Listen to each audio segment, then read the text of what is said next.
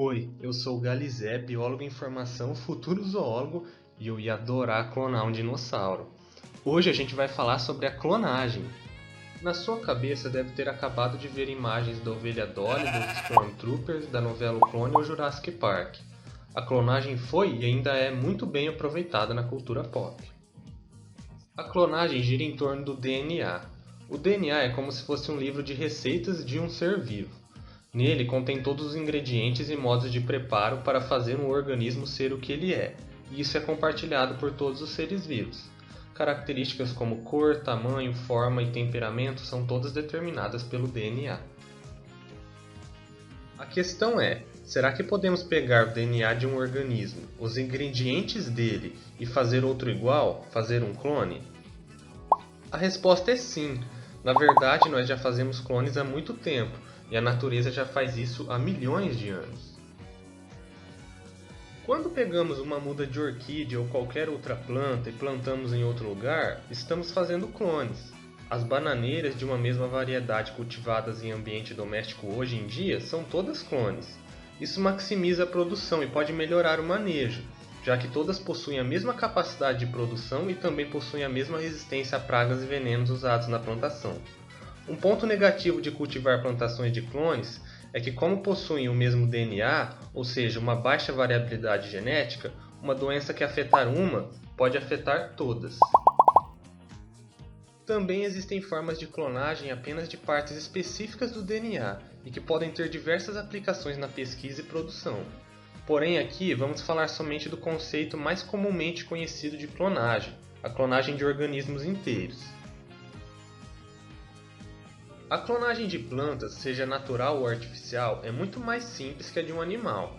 Muitas espécies de animais podem realizar um tipo de reprodução que forma clones. Esse tipo de reprodução é chamado de assexuado, a qual não necessita de um macho e uma fêmea, mas apenas de um dos sexos, e é utilizada por animais como estrelas do mar, escorpiões, pulgões e hidras. Recentemente, um cavalo de Przewalski, uma espécie selvagem de cavalo, foi clonado com material preservado de 40 anos atrás.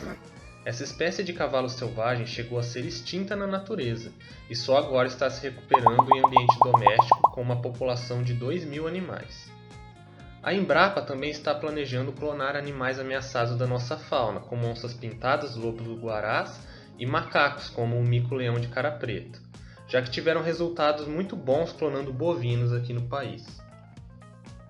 O processo de clonagem consiste basicamente na retirada de um núcleo de uma célula e na inserção de DNA de outro organismo nessa célula.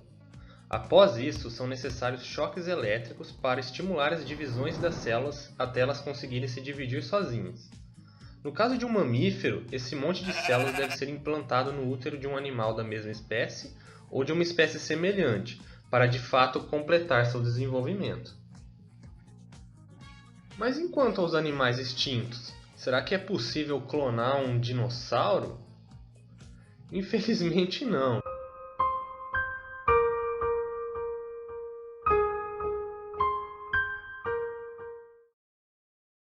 Por três motivos principais. Para fazer uma clonagem, primeiro precisamos de uma amostra de DNA. O problema é que a cada 521 anos, o DNA se degrada e perde parte de seus ingredientes.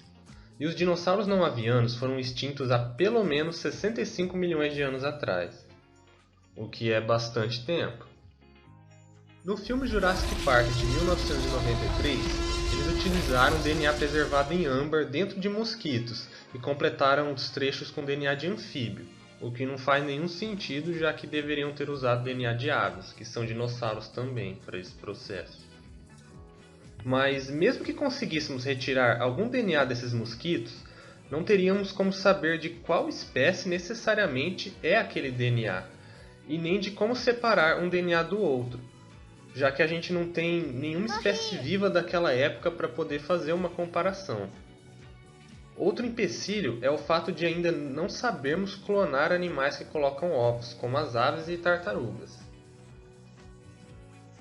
Lembram que são necessários choques elétricos até que as células se desenvolvam por conta própria e são implantadas em um útero caso seja um mamífero? Pois é, não vai funcionar assim em um dinossauro. Em um dinossauro, o embrião está em movimento constante dentro do corpo da fêmea, literalmente caindo pelo oviduto enquanto ele cobre o ovo ao redor do embrião com casca. Para implantar um embrião clonado, seria necessário retirar o embrião em desenvolvimento de dentro de um ovo de casca dura, dentro do corpo da fêmea, e substituí-lo pelo embrião clonado e esperar ainda que o embrião se integre à gema do ovo, que toda perfuração não deforme o ovo nem prejudique a fêmea. E como pode ver, isso é bem complicado. Então, aparentemente, o jeito mais fácil de ver dinos em um parque fora das telas de Hollywood é indo dar uma passarinhada.